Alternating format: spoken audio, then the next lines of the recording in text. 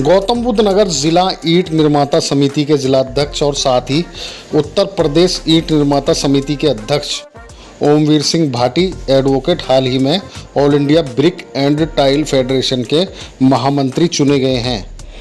आज ये गौतम बुद्ध नगर पहुँचे तो इनका दनकौर क्षेत्र में बहुत ज़ोरदार स्वागत किया गया। इस मौके पर गौतम बुद्ध नगर, बुलंदशहर सहित कई ज़िलों के भट्टा स्वामी इस कार्यक्रम में मौजूद थे। ओमवीर सिंह एडवोकेट ने इस मौके पर सभी को आश्वासन दिया कि वो भट्टा स्वामियों की आवाज़ सरकार तक पहुंचाने का पूरा काम करेंगे।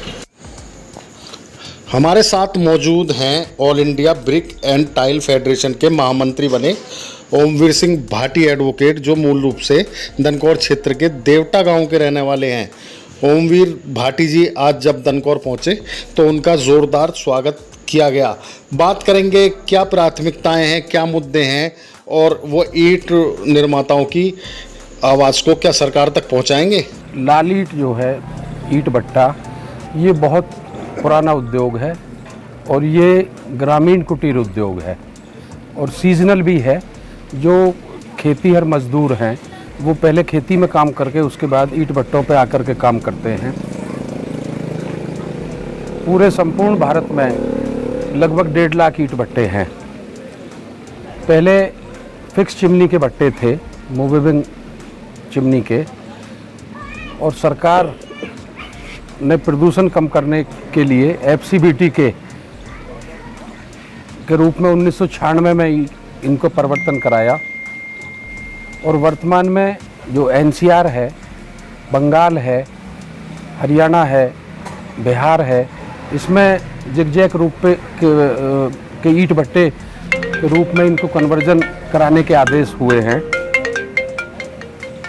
फिलहाल जो एनजीटी है उसने एनसीआर के ईंट भट्टों को बंद करने का आदेश किया हुआ है और एक ऐसे इशू पे ईंट भट्टों को बंद किया है, carrying capacity.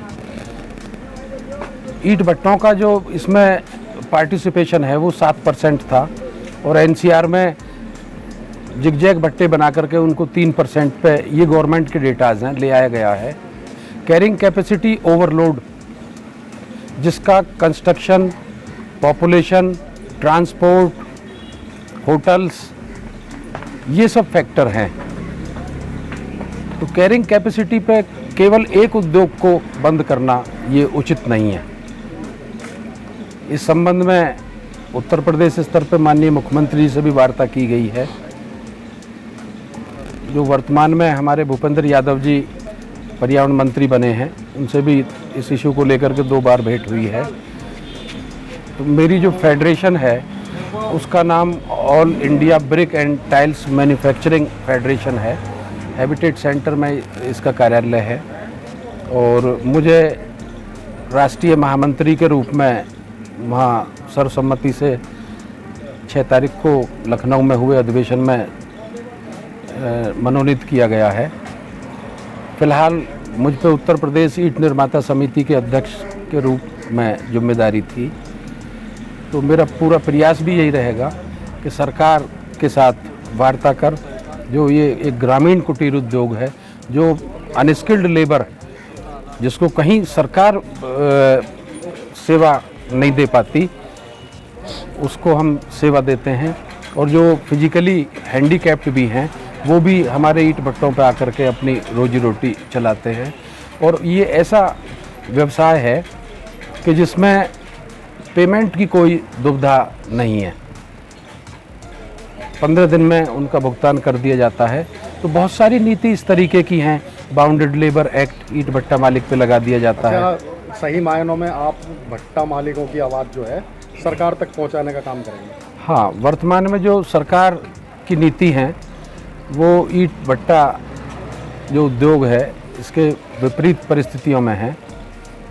Government fly ash ईंट को प्रमोट कर रही है, जबकि जो गवर्नमेंट की एजेंसीज़ की रिपोर्ट्स हैं वो फ्लाई ऐश ईंट से हमारी ईंट कई गुना अच्छी है। ब्लॉक्स लेकर के आ रहे हैं, ब्लॉक्स लगाए जा रहे हैं, तो मात्र इसकी जो खपत है वो ग्रामीण क्षेत्र में हो गई है। और जितने भी हाईवे बन रहे हैं जो पिचिंग थी उनमें भी पहले खरंजा लगता था रोड साइड में, वो भी बंद कर दिया है और इंटरलॉकिंग टाइल्स का पूरी तरह से प्रयोग हो रहा है, जिससे कि जो हमारा वाटर लेवल डाउन हो रहा है वो भी एक बहुत बड़ा कारण ये है। जबकि यदि आप लाल ईंट को लगाएंगे तो वर्षा के समय में जो पानी ज़मीन ऑब्जर्व करती है, ये जितना भी कंक्रीट का इस ज़मीन को बनाते जा रहे हैं, तो ये जो कहते हैं कि तीसरा जो विश्व युद्ध होगा वो जल के ऊपर होगा, तो उसमें एक कारण ये भी है कि इस लाल ईंट का प्रयोग नहीं किया जा रहा है।